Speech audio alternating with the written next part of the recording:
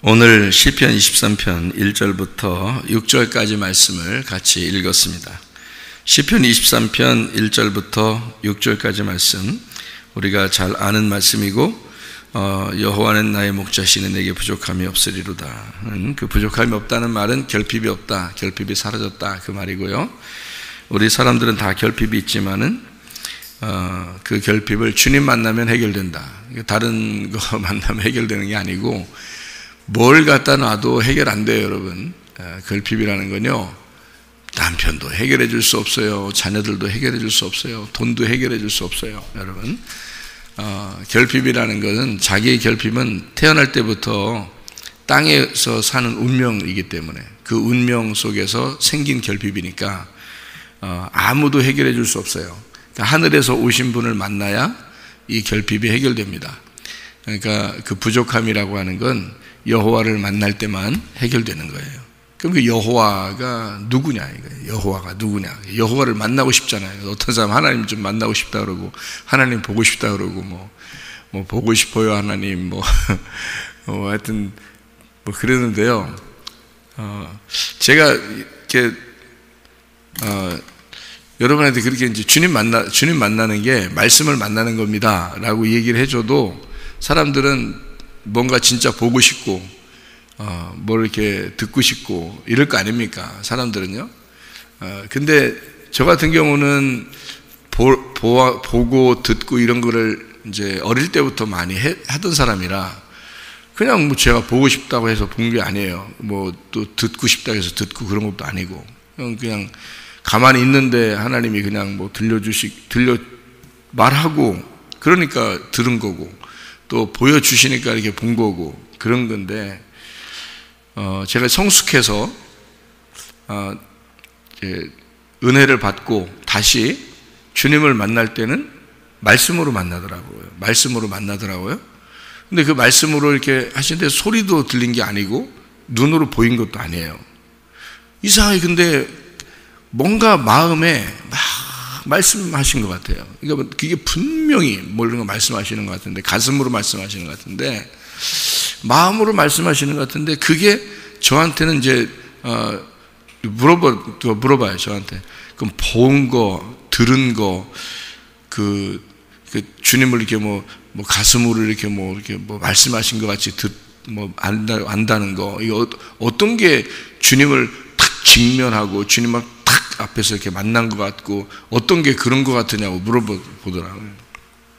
그래서 제가 주님을 탁 앞에 이렇게 만난 것 같이 그런 거는 사실 말씀으로 가슴으로 만날 때가 진짜 그런 것 같더라고요. 그 전에 이렇게 눈으로 보고 귀로 듣고 하는 거는 좋은 경험이죠. 진짜 좋은 경험인데, 그걸 통해서는 내가 구원받았다 이렇게 그러니까 그 볼 때나 들을 때는 진짜 구원받았다, 하나님 만났다 이렇게 할 수 있겠는데, 진짜 다시 주님을 만나보니까 직면한 거예요. 하나님을 딱 진짜 말씀으로 내가 직면해 보니까 그게 더 진짜 같더라고요.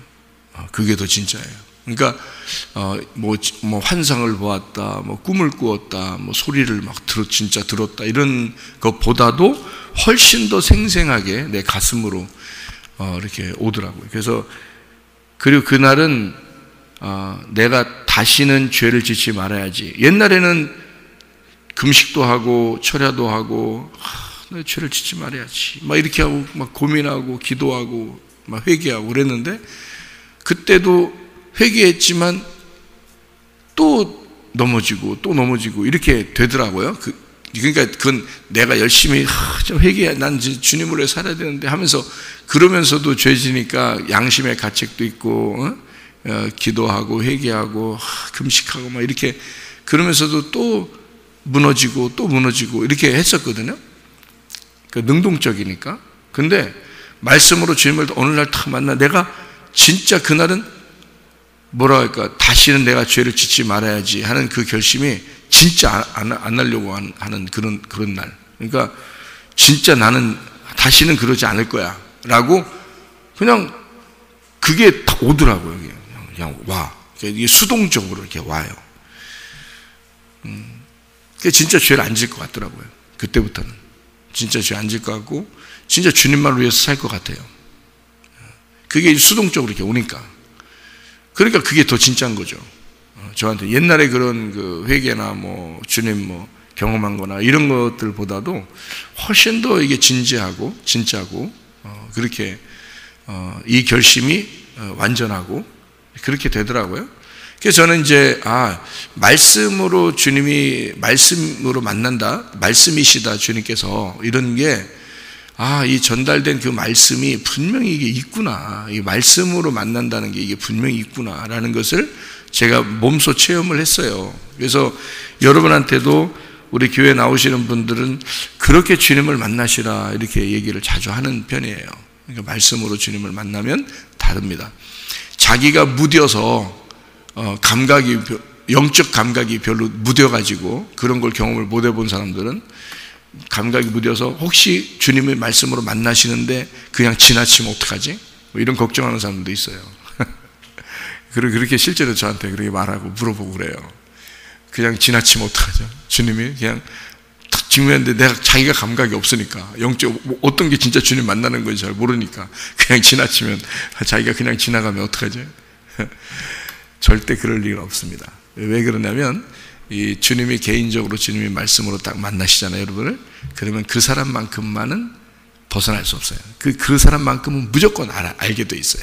그 시간에 그 사람은 무조건 알게. 다른 사람들은 몰라도 그 사람만큼은 반드시 알게 돼 있어요. 그러니까 마치 모세가 40년 동안 광야에서 있었죠. 광야에 40년 동안 있으면서 이제 훈련을 받은 거죠, 주님 앞에. 근데 그때는 하나님이 함께 하셨죠. 임마누엘 하셨습니다. 그런데 못 느꼈어요. 자기가 느낌이 없죠. 하나님이 나와 함께 하신다는 사실이 못 느껴져요. 근데 그거를 40년을 지냈어요. 40년을. 전혀 느낌이 없어요.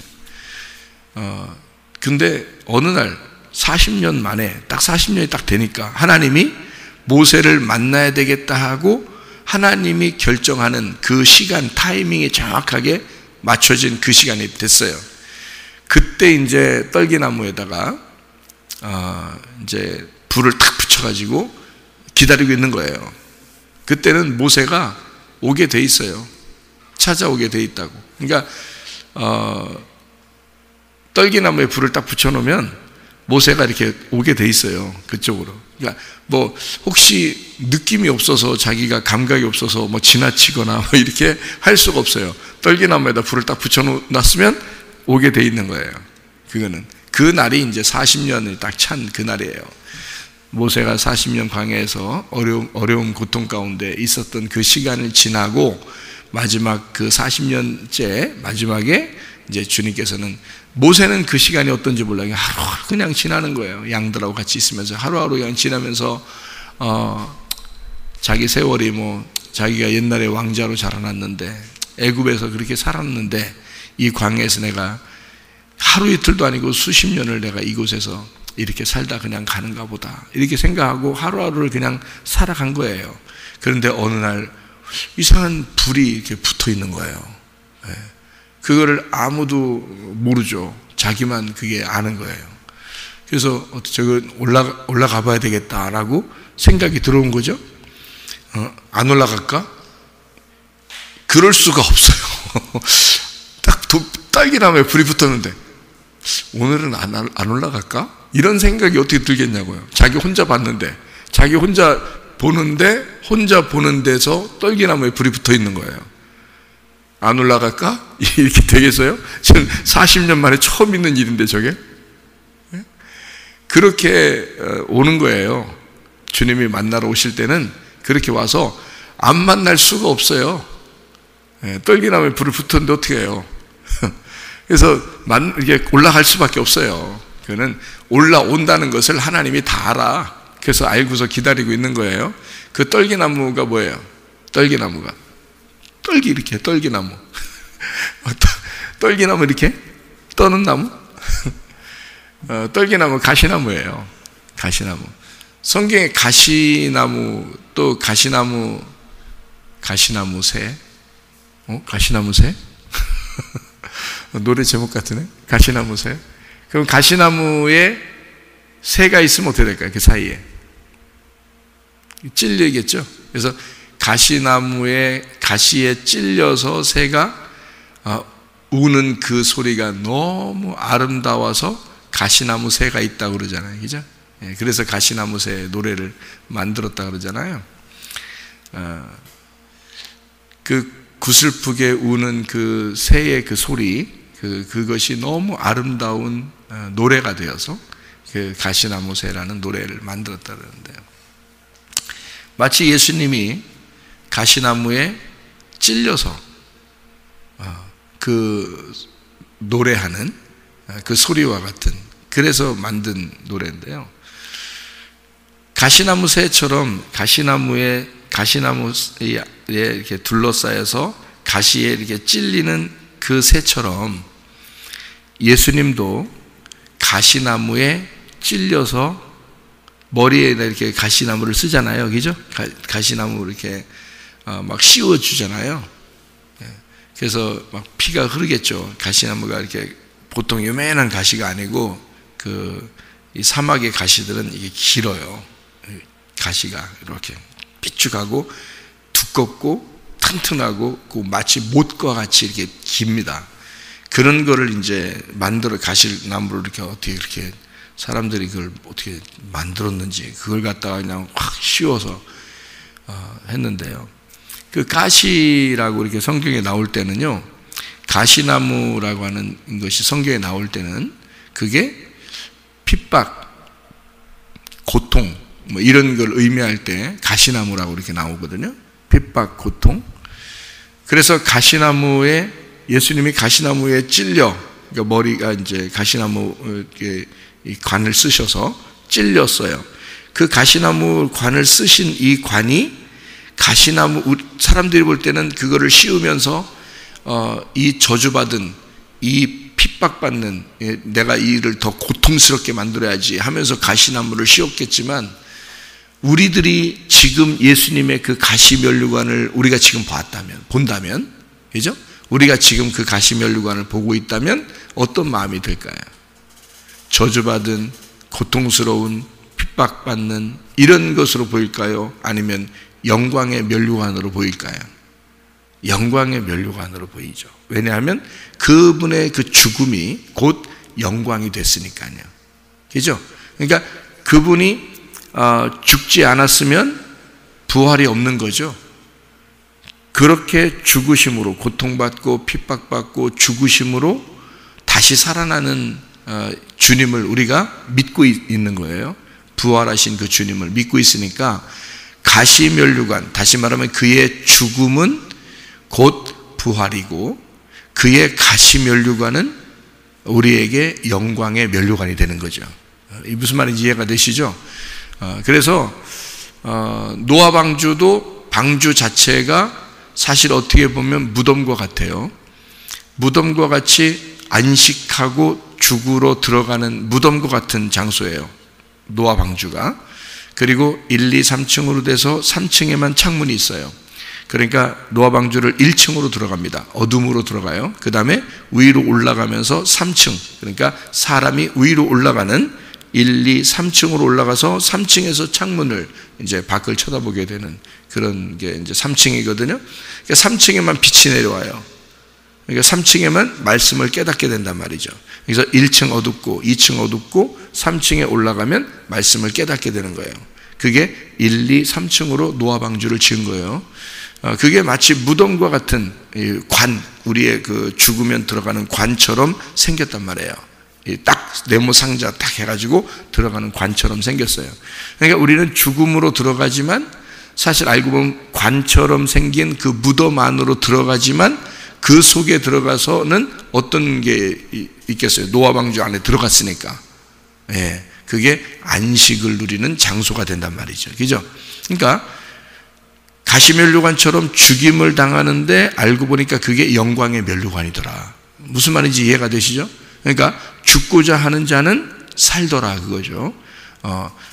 고통 없는 영광은 없다, 이런 말도 있죠. 그것처럼 무덤 안에 들어갔는데, 우리는 노아 방주 안에 무덤처럼 들어갔는데 죽으러 들어갔는데 거기에 타보니까 우리를 살리는 방주더라. 우리를 안식을 주는 그런 방주가 되었다. 이런 얘기가 되는 거죠. 방주가 그렇게 생겼죠. 그죠? 모세가 갈대상자에 아기가 태어나서 모세가 태어났을 때 갈대상자에 넣어서 이렇게 나일강가에다 이렇게 띄우잖아요. 그 갈대상자에 넣어서 이렇게 띄울 때는 그 엄마가, 모세의 엄마가 어떻게 하면서 보냈어요? 살든지 죽든지 뜻대로 하소서 하면서 보냈어요. 그죠? 예, 그 노래가 거기서 생겼다 그랬죠? 살든지 죽든지 뜻대로 하소서. 그 노래가 거기서 생긴 것 같아. 그러니까 모세를 띄워 보내면서 그 노래를 엄마가 부르면서 하염없이 눈물을 흘렸을 거 아니에요. 자기 아들을, 그 사랑스러운 아들을 이렇게 보내면서. 그게 그 갈대상자가 뭐겠냐고요. 그게 모세의 무덤이에요. 이해가 되겠어요? 모세의 무덤이라고. 근데 그거를 그냥 지나치지 않고 하나님의 뜻대로 하시옵소서라고 다 너는 이렇게 나는 너를 내 가슴에서 너를 띄워 보낸다. 응? 내가 너를 띄워 보낸다. 이렇게 보내잖아요. 그러니까 죽음으로 보내는 것 같은 거죠. 그죠? 자기에게서 이제 떨어지는 거잖아요. 너는 영원히 나를 못 만날지도 몰라. 이렇게 띄워보내는 거거든요. 그랬더니 하나님이 그냥 두냐고 그걸. 하나님이 모세를 태어나게 했는데 하나님이 책임지죠. 그래서 모세의 그 갈대상자의 뚜껑을 여는 사람은 바로의 공주였단 말이에요. 그래서 뚜껑을 열어서 이 아기를 거기서 꺼내면 뭐가 되는 거예요? 부활하는 것이 되는 거죠. 무슨 말인지 알겠어요? 그러니까 여기서 살든지 죽든지 뜻대로 하소서 하고서 이제 나로부터 죽었다, 너는 나로부터 분리가 되었다, 이렇게 떠내보내니까 이쪽에서는 하나님의 뜻대로 그 모세를 살려서 애굽의 왕자가 되도록 만들었더라는 거지. 그죠? 그러니까 갈대상자도 똑같이 노아의 방주와 같은 내용이란 말이에요. 이게. 법궤는 또 어떤가요? 법궤가 똑같이 생겼어요. 네모상자처럼 이렇게 생겼어요. 그 법궤가 사실 뚜껑 열리면 어떻게 되는지 알죠? 그래서 사람들이 승질나면 뭐 열렸다 그래? 승질나면 뚜껑 열렸다 그래. 법궤가 뚜껑 열리면 어떻게 되는 줄 알아요? 다 죽어요. 왜냐면 그 법궤가 뚜껑이 열리면 죽습니다. 율법이기 때문에요. 사람들이요, 그걸 쳐다보면 죽게 돼 있어요. 성경에 그런 내용이 있죠, 그죠? 법궤를 메고 오다가 이게 뚜껑이 흔들려 가지고 속을 쳐다보면 다 죽어버립니다. 그런데요, 이 법궤의 뚜껑이 딱 닫히면 뭐가 되는 거예요? 예, 관이 되는 거예요. 관, 무덤이 되는 거예요. 그러니까 이게 딱 법궤처럼 이렇게 딱 돼 있는 상자가 뚜껑이 딱 닫히면 이게요, 이게 하나의 관처럼 딱 보이잖아요. 그 뚜껑이라는 게 속죄소예요. 이게 속죄소, 시은좌라 그래요. 그러니까 주님의 보좌, 하나님의 보좌가 어디 있냐면 법궤 뚜껑이 하나님의 보좌예요.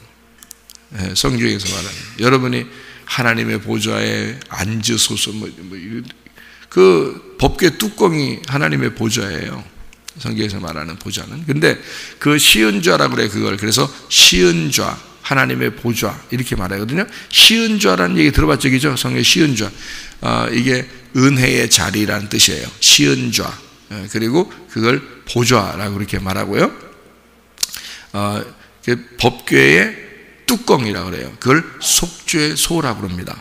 속죄소. 이 들어봤죠? 성경이죠? 속죄소가 있죠. 그 속죄소가 다른 데 어디 있는 게 아니고요. 법궤 뚜껑을 속죄소라고 그러는 거예요. 왜? 뚜껑을 닫아야 구원을 받아요, 사람들이. 이 뚜껑 열리면 율법이 나와서 사람들을 심판하고 죽이는 겁니다. 그러니까 이 뚜껑을 닫아놔야 돼요. 뚜껑을 닫아놓고 하나님이 그 위에 앉아 계시는 거예요. 그러면은 우리들은 율법이 우리를 심판하지 못하는 거죠. 그래서 그거를 시은좌, 은혜의 자리다, 이렇게 말하고 하나님이 앉아 계신 자리이다, 이렇게 얘기하는 거예요. 그것을 속죄소, 죄를 속하는 장소다. 이렇게 해서 법궤 뚜껑에서 죄를 속하는 거예요, 여러분. 그게 속죄소예요. 그러니까 여러분은 법궤를 그냥 법궤 이렇게만 알지, 사람들이요, 이게 속죄소가 뭔지, 시은좌가 뭔지, 보좌가 뭔지 잘 몰라요, 사람들이요. 그냥 법궤, 그럼 법궤 이렇게만 알단 말이에요. 그래서 이게 뚜껑이 닫히면 이게 은혜를 우리에게 베푸는 거예요. 이게 무슨 말이냐면, 뚜껑이 열리면 율법이 우리를 심판해, 죽음을 얘기하는 거예요. 그러니까 뚜껑이 열려서 우리가 죽고 그 뚜껑을 닫아서 은혜를 베푼다, 이런 뜻이에요. 그게 그러니까 그 법궤의 뚜껑이 닫혔다라는 말은, 이게 뚜껑을 닫아놨다라고 하는 것은 하나님의 말씀이 법궤거든요. 그렇죠? 하나님 말씀이 법궤예요. 그것을 주관하시는 분이 하나님이시고요. 그래서 하나님이 거기에 계시는 겁니다, 법궤에. 그러면 그 법궤가 하나님의 말씀이에요. 그 하나님의 말씀을, 법궤를 여호와의, 만군의 여호와의 이름이라고도 그래요. 그게 사무엘하 6장 2절에 나와 있는 얘기죠. 만군의 여호와의 이름이라. 그래서 그 법궤라 그래요. 그래서 예수 이름, 그 여호와의 이름이 예수 이름이니까 예수의 이름으로 귀신아 나가라, 그러면 귀신이 떠나가는 겁니다. 왜? 그 법궤가 나간 거란 말이에요. 법궤라는 말씀이, 예수님이 나갔기 때문에 그걸 맞고 귀신이 떠나가는 거예요. 그래서 예수의 이름으로 귀신아 떠나, 그러면 법궤가 팍 부딪혀가지고 그 귀신이 나가 떨어지는 거야. 그래서 그게 만군의 여호와 이름이야. 그래서 사람들은 전쟁할 때마다 법궤를 메고 갔어요. 왜? 그 법궤가 전쟁에 승리하는 거니까. 사람들이 승리하는 게 아니고 법궤가 승리하는 거예요. 그러니까 하나님이 스스로 일하시는 거야.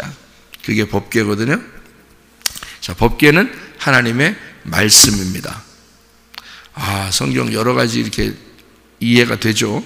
법궤가 이제 하나님의 말씀이란 말이에요. 그러면 법궤 뚜껑이 딱 닫히면 어떻게 돼? 말씀이 닫혀 있다, 그 말이에요. 말씀이 닫혀 있다. 거기에 딱 이제 위에서 누가 앉아 계셔. 그러면 딱 이게 닫혀 있는 거예요, 이게. 그러면 이 뚜껑이 열린다 그러면요, 그럼 속에 있는 말씀이 풀어진다, 이런 말이 되겠죠, 그죠? 닫힌다 그러면 속에 있는 말씀을 가두어 두었다, 이런 말씀이고, 이것을 뚜껑을 열었다 그러면 말씀이 풀어졌다, 그 말이죠, 그죠? 그래서 뚜껑 열렸다, 이 단어가 무슨 단어냐면 계시라는 단어예요. 계시. 뚜껑이 열렸다, 이 말이 계시라는 단어예요. 그래서 요한 계시록이 있는 거예요. 그래서 계시록은요, 이게 열렸다 책이다, 이 말이에요. 열렸다의 책, 그게 요한 계시록이에요. 그러니까 요한이 사실 요한의 계시록은 아니지, 예수 그리스도의 계시죠. 예수 그리스도의 계시, 다시 말하면 예수님을 통해서 뚜껑이 열렸다. 그래서 하나님 말씀이 요한계시록, 예수 그리스도의 계시록을 통해서 이 성경 전체가 열렸다, 이렇게 보이는 거죠. 그러면 언제 닫아놓은 때가 있을 거 아니에요? 닫아놓은 때가. 그래서 생명나무 열매를 못 먹도록 창세기에서 닫아놓은 거예요. 화염검으로 딱 막아놓은 적이 있었죠, 그죠? 화염검으로 막아놨어요. 천사들이 이렇게, 그룹 천사들이 이렇게 화염검을 통해서 이렇게 막아놨다 그랬잖아요, 그죠? 그래서 생명나무 열매를 못 먹도록 만들어 놨다는 거죠. 그렇죠?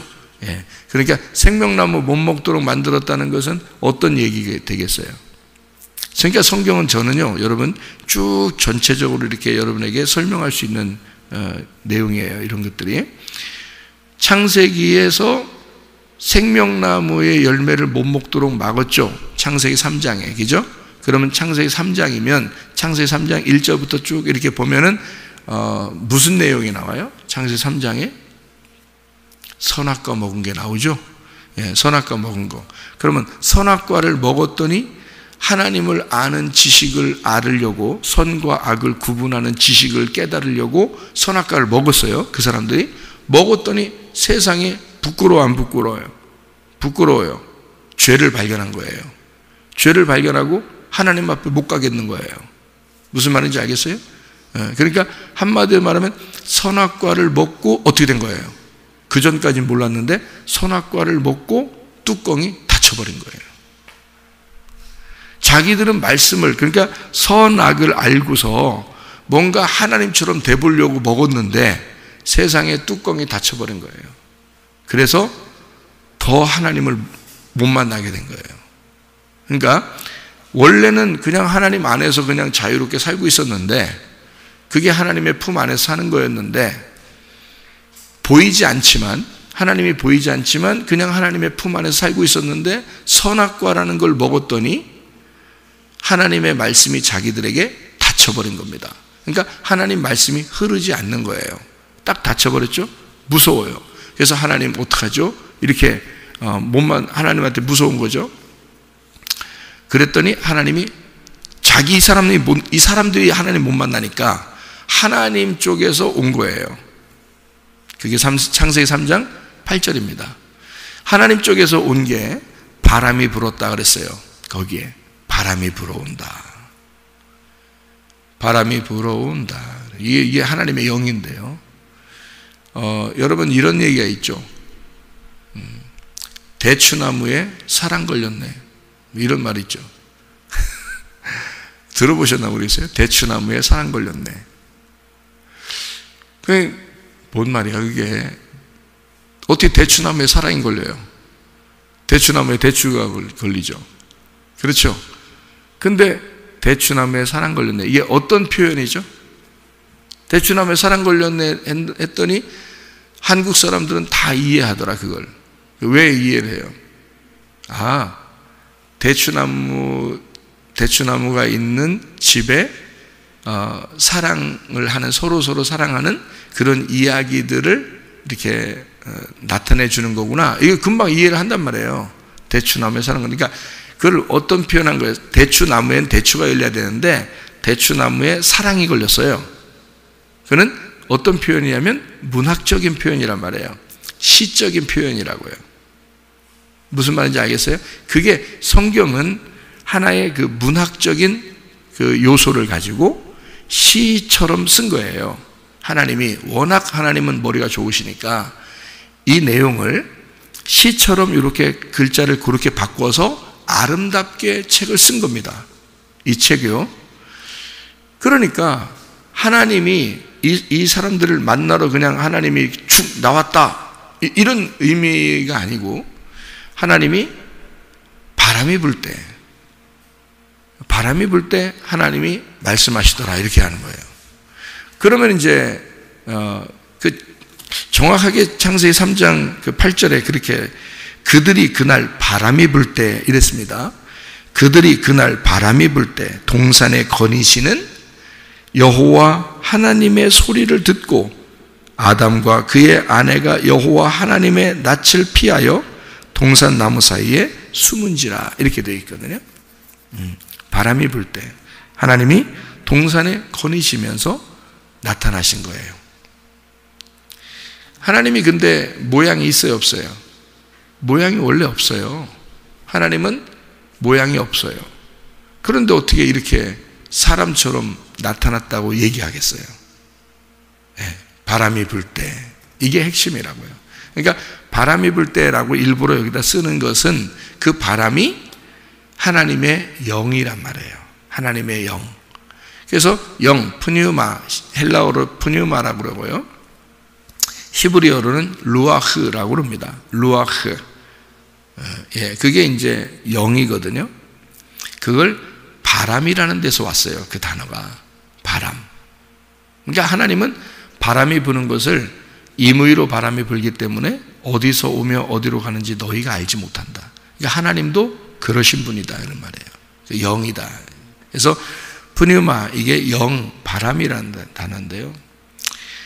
창세기 2장 7절에 인간을 만들 때 먼지와 같은 인간들을 이렇게 조성하셔서 생기를 불어넣어 줍니다. 거기에서는 생기가 하나님의 영이었던 거예요.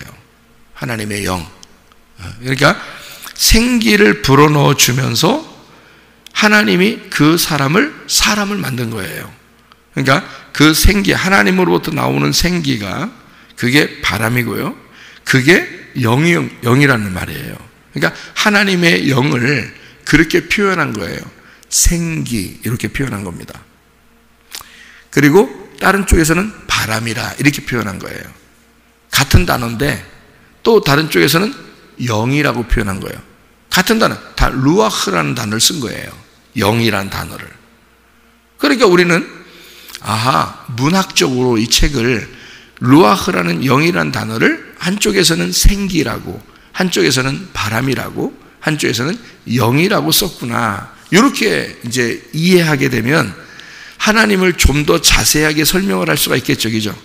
그런 게 그렇게 되는 거예요. 하나님 원래 모양이 없으니까, 우리가 하나님 볼 수가 없으니까 이해가 되겠죠, 무슨 말인가? 그것처럼 이렇게 성경은 이렇게 그 문학적인 어떤 표현을 통해서 우리에게 다가오시는 거거든요. 그러니까 법궤 이 자체를 만들었을 때도 뚜껑이 닫혔다 또는 뚜껑을 연다 이렇게 되는데요. 우리가 일부러 뚜껑이 열려서 우리를 보게 되면 우리는 죽습니다. 그런데 누군가가 그 무덤 안에서 죽으면, 그리고 이 무덤 문을 깨뜨리고 완전히 부활하신다면 법궤는 다 열려버리는 거예요. 그거를 성경에서는 계시록이라고 그렇게 말한 거예요. 그래서 이게 열렸다는 책이다 이렇게 말한 거고, 창세기는 어떤 책이냐? 우리가 보통 책을 쓰면 사람들이요, 서론, 본론, 결론으로 책 씁니다. 그죠? 성경은 어떻게 되면 창세기부터 요한계시록까지 돼 있어요. 그러면 여러분이 언뜻 생각할 때는 창세기가 여는 책이고, 그 다음에 마지막 요한계시록인 딱 이렇게 결론 부분으로 닫아놔서 열고 마지막 다 쓰고서 요한계시록으로 딱 닫아놨다 이렇게 생각한다고요. 근데 하늘나라의 생각은 우리 땅의 생각하고 반대라고 그랬죠. 그죠? 창세기가 닫아놓는 책이고요, 요한계시록이 열어놓는 책이에요. 왜 그러면 계시록이라는 계시라는 단어가 연다라는 단어거든요. 덮개를 연다라는 단어예요, 그 단어가. 그러면 창세기는 뭐냐면 세상을 창조해서 시작하는 거거든요. 그럼 왜 창세기를 시작해서 요한계시록까지 쭉 이 성경책이 이렇게 두껍게 있느냐, 그 말은 처음에 선악과를 먹고 하나님과 관계가 닫혔어요. 하나님과 관계가 닫혔다고요. 이게 닫혔기 때문에 누군가가 와서 문을 열어주려고 오신 분이 예수님인 거예요. 그러니까 문이 닫혀서 문을 열어주려고 오신 분이 예수님이고, 우리에게는 그 문이 다 열렸다 해서 계시록이 되는 거예요. 그러니까 우리 사람들이 책을 쓰는 내용하고 다르죠. 사람들이 책을 쓰면은 처음에는 이렇게 서론 부분을 이렇게 쓰다가 잘 모르겠어 무슨 내용인지, 그러다가 이제 뭐 결론 부분으로 이제 쭉 책을 써나가잖아요. 근데 그래서 딱 마지막으로 딱 끝낸다고요. 근데 이 성경책은요, 처음에 이 창세기 시작을 해서 딱 닫아놓는다고요. 그러니까 너희들이 율법적으로 이게 선악과를 먹고 닫혔어. 그래서 이게 닫아 있어서 누군가가 이 문을, 우물의 문을 열어주지 않으면 우물물을 마실 수가 없도록 만들어 놓은 거예요. 그래서 예수님이 와가지고 이 우물물을 열어주는 거예요. 그래서 야곱도 라헬과 레아를 이렇게 만나러 갔을 때 거기서 목자가 오면 이 우물을 열고 물을 마시게 할 것입니다 했는데, 야곱이 문을 열어주고 그 물을 마시게 하잖아요. 그 야곱이 문을 여는 자였기 때문에 그런 거예요. 그러니까 성경은 다 그렇게 돼 있는 거예요. 그러니까 예수님을 이 땅에 우리의 문을 열어주는 자, 그러니까 법궤의 뚜껑을 열어주는 자예요.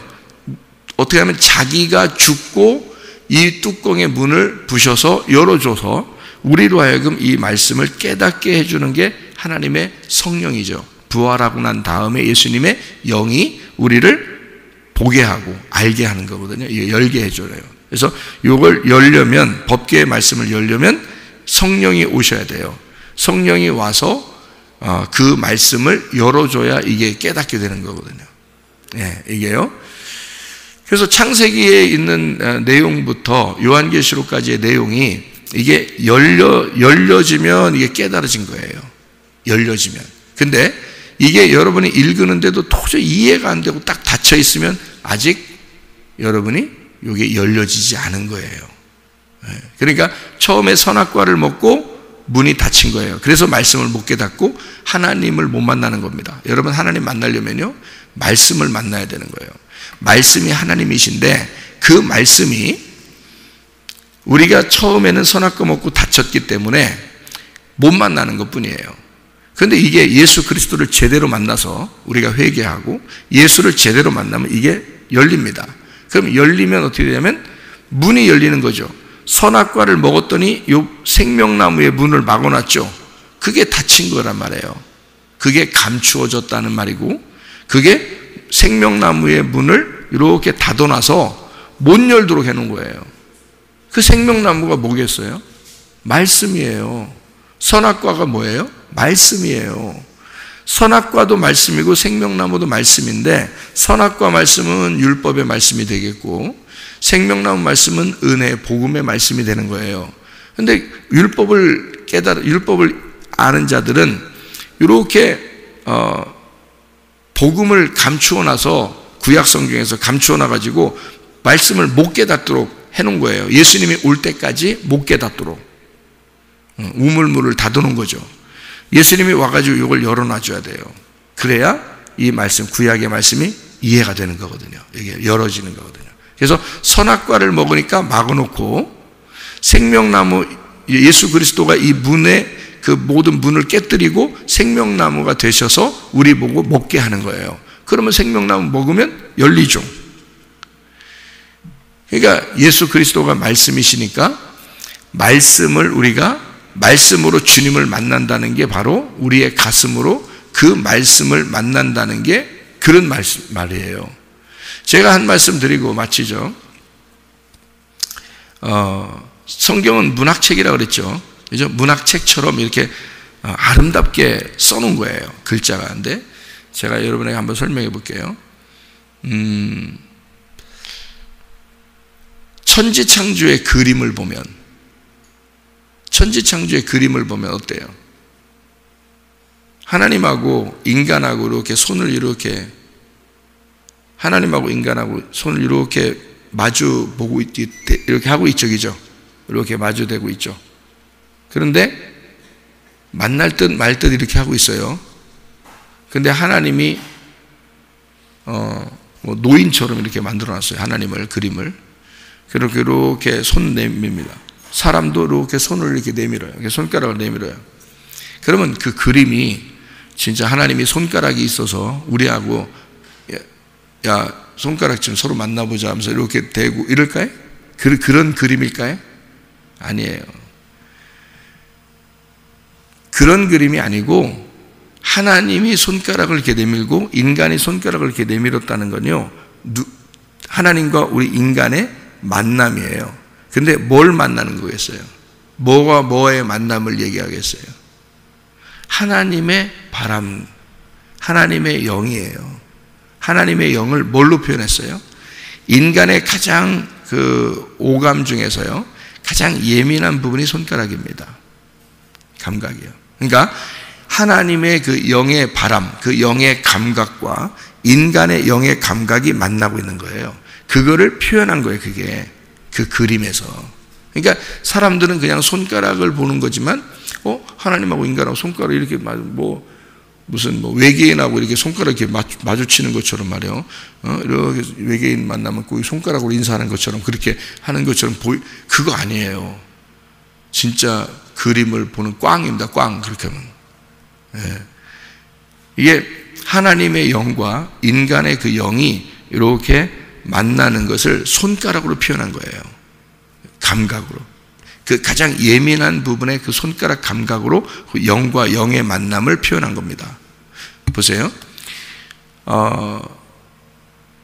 10계명 있죠? 10계명. 10계명을 처음에 모세한테 이렇게 뭘로 썼어요? 하나님 뭘로 썼어요? 손가락으로 썼지. 하나님 손가락 있어요, 없어요? 있다는 얘기지. 그러니까 에? 하나님이 손가락으로 직접 돌판에다가 썼어요. 십계명을 써서 모세한테 줬어요.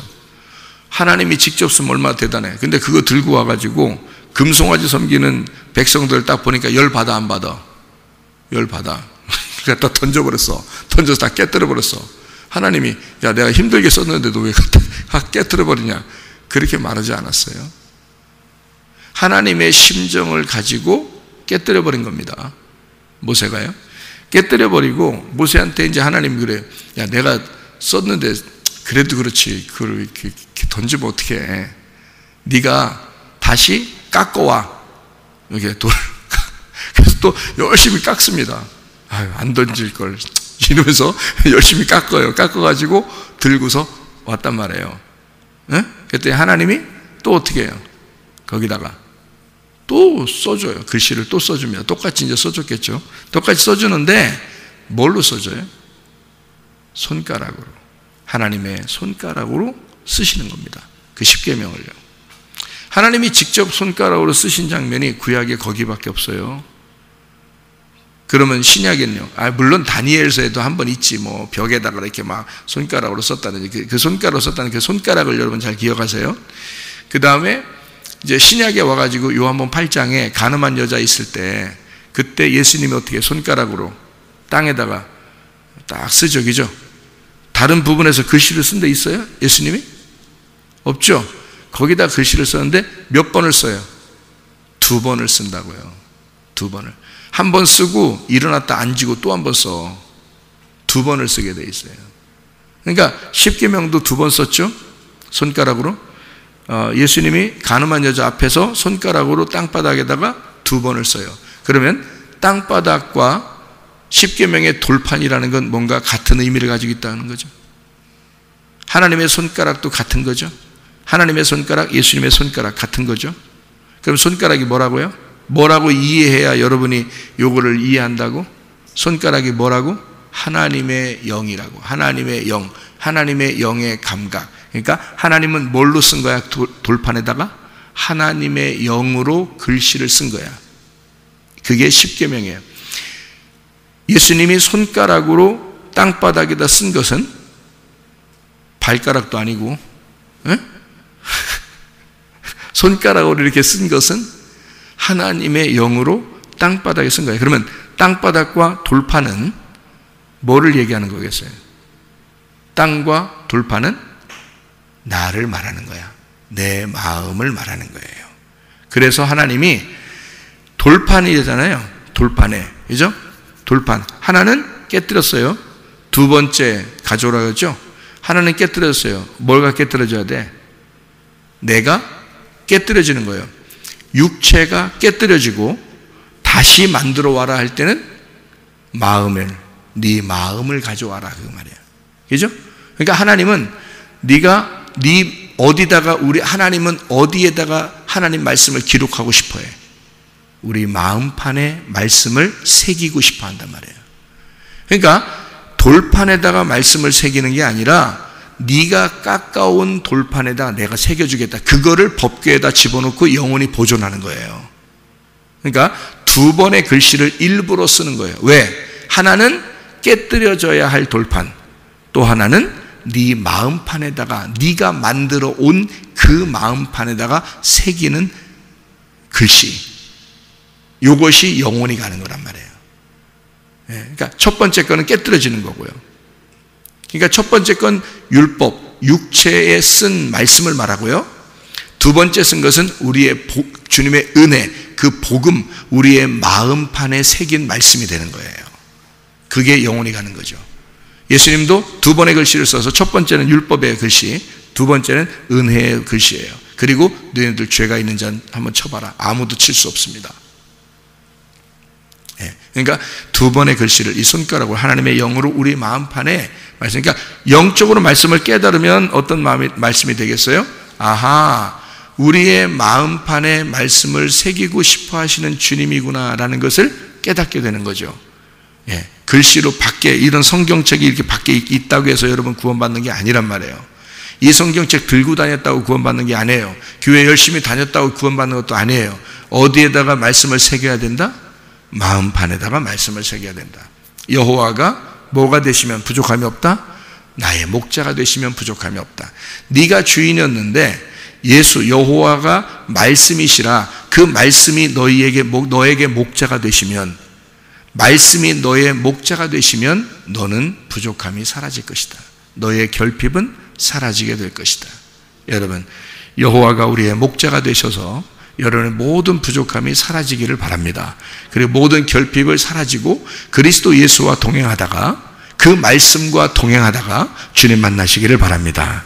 기도하겠습니다.